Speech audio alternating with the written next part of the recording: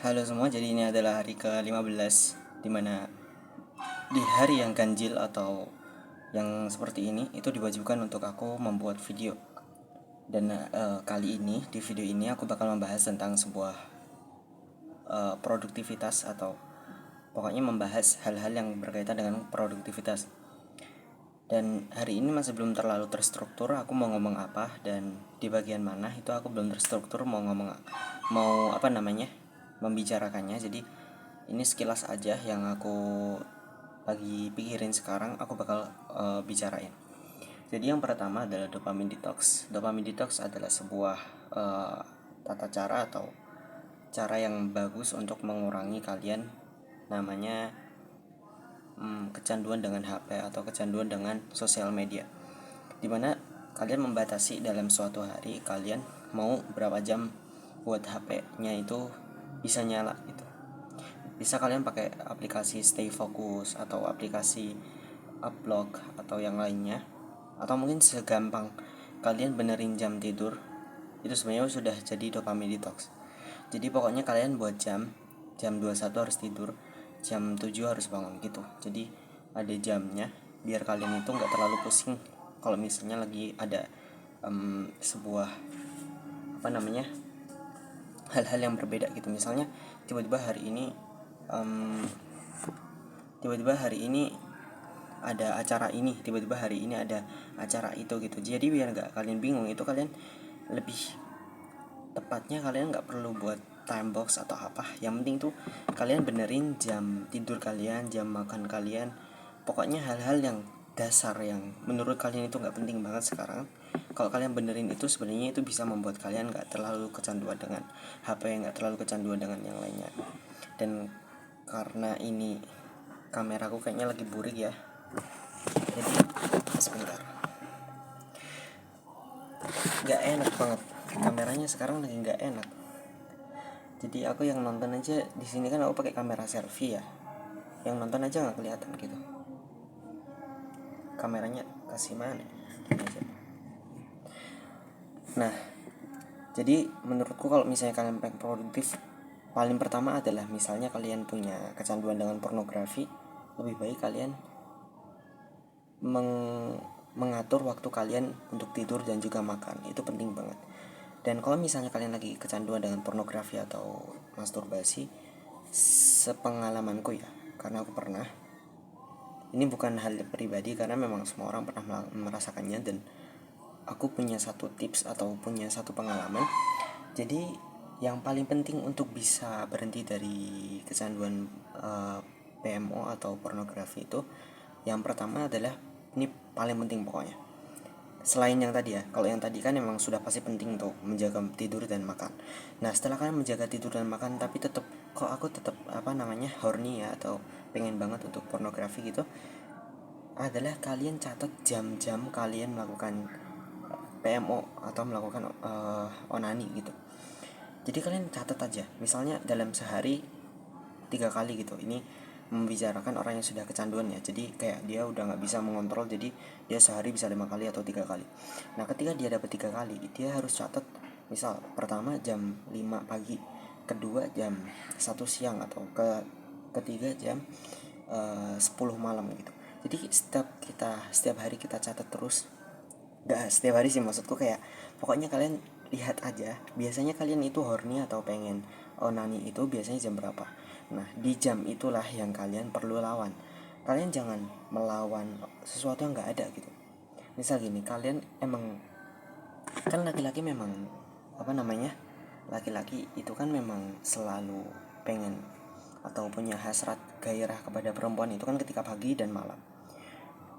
Nah, kalian catat tuh jam yang paling sering, misalnya jam 9 malam, jam 10 malam, atau jam 5 pagi, jam 6 pagi. Kalian catat tuh. Kenapa? Karena biar kita tuh tahu kita harusnya ngasih effortnya kemana gitu. Misal pas jam 10 malam kita, oh berarti harus langsung tidur gitu. Karena kalau misalnya kalian terlalu melawan hasrat atau gairah itu dengan cara yang absurd atau abstrak, kalian nggak tahu tuh masalahnya di mana gitu. Karena sepengalamanku, orang itu ada yang pornografi itu karena dia ada masalah dengan psikolognya, atau dia punya masalah dengan yang lainnya gitu. Ini aku nyari tempat cahaya ya ada. Jadi kayak dia harus mencari kayak namanya itu waktu yang tepat gitu. Jadi jangan kalian melawan sesuatu yang kalian aja nggak paham itu kenapa terjadi gitu. Jadi pokoknya menurutku kalian harus cari dulu. Kalian cari tahu di Google nih, kenapa kita bisa kecanduan dengan pornografi. Itu satu. Kedua, kalau misalnya kalau udah tahu ada beberapa ciri-ciri kita kecanduan pornografi, karena misalnya ada yang kurang tidur, kurang makan, atau kurang olahraga, atau karena depresi. Nah, kita pilih, kita lihat apakah kita depresi. Kalau enggak, berarti lanjut yang gini sampai akhirnya pokoknya nanti ketemu kalian itu bisa kecanduan pornografi itu kenapa. Nah, itu cara yang bagus menurutku, karena memang itu logis dan bisa membuat kalian berpikir gitu, biar nggak terlalu merasa bersalah gitu kalau kalian tahu alasan kenapa kalian bisa pornografi. Nah, lanjut, kan itu tadi tentang pornografi ya. Yang kedua adalah tentang misal kalian kecanduan dengan sosmed gitu, kalian harus tahu kenapa kalian sosmed itu untuk apa.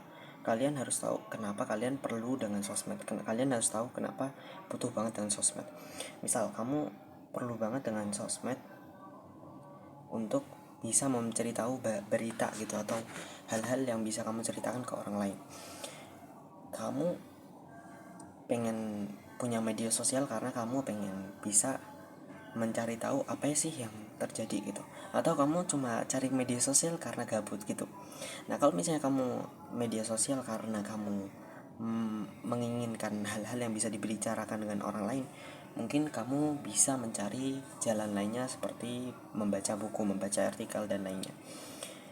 Atau kamu lagi gabut, lagi nggak ada kerjaan, berarti kamu kurang yang namanya sebuah fun atau kesenangan gitu. Jadi kalau misalnya kamu scroll media sosial karena kamu gabut, berarti kamu butuh kesenangan. Kamu harus tahu kesenanganmu apa gitu.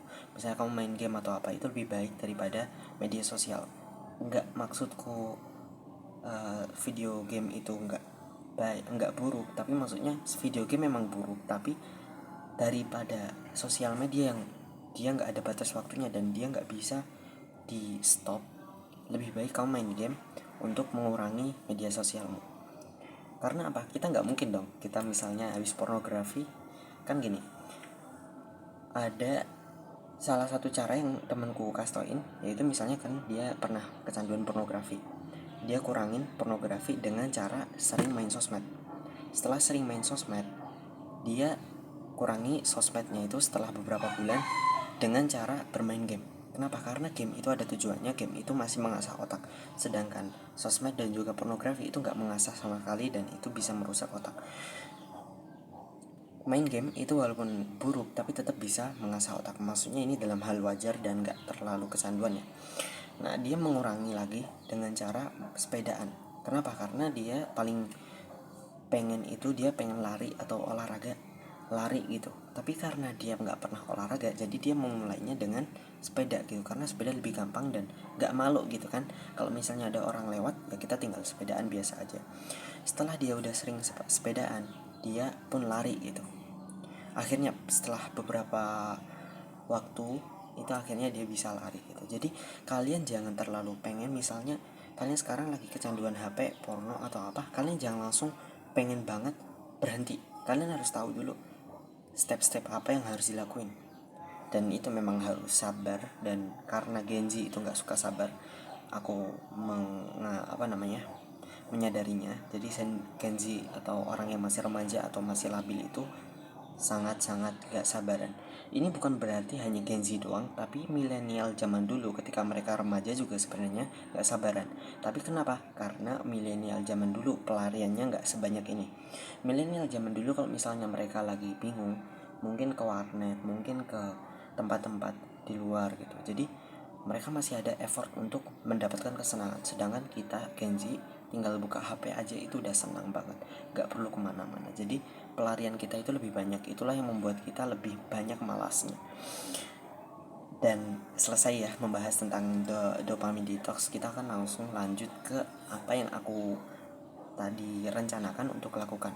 Jadi kan tadi aku sebenarnya rencana untuk melakukan yang pertama itu tadi tidur siang, terus buat video dan juga senam, mandi, makan. Nah semuanya udah, kecuali makan sama tidur siang. Tidur siang aku nggak tidur siang karena aku pengen tidur. Dan karena ini sekitar udah jam 5, jadinya aku nggak mengedit video ini dan langsung ku upload aja. Jadi kalau misalnya kalian nggak suka videonya nggak apa-apa, karena memang aku nggak effort untuk bisa disukai. Lanjut lagi, nanti aku bakal nugasnya itu sebenarnya udah aku kerjain tadi tapi potong-potong gitu. Dan HP yang biasanya aku pakai untuk main sosmed itu sekarang udah tak masukin ke tas, dan nanti aku pakai HP yang ada batasannya gitu. Setelah itu jam 20-an aku bakal merekap apa saja yang aku lakukan. Ini progres yang bagus menurutku. Ini adalah hari kedua dari timebox yang pertama kemarin. Jadi mungkin besok aku bakal membuat timebox yang ketiga dengan cara video. Ya terima kasih sudah menonton, sampai jumpa.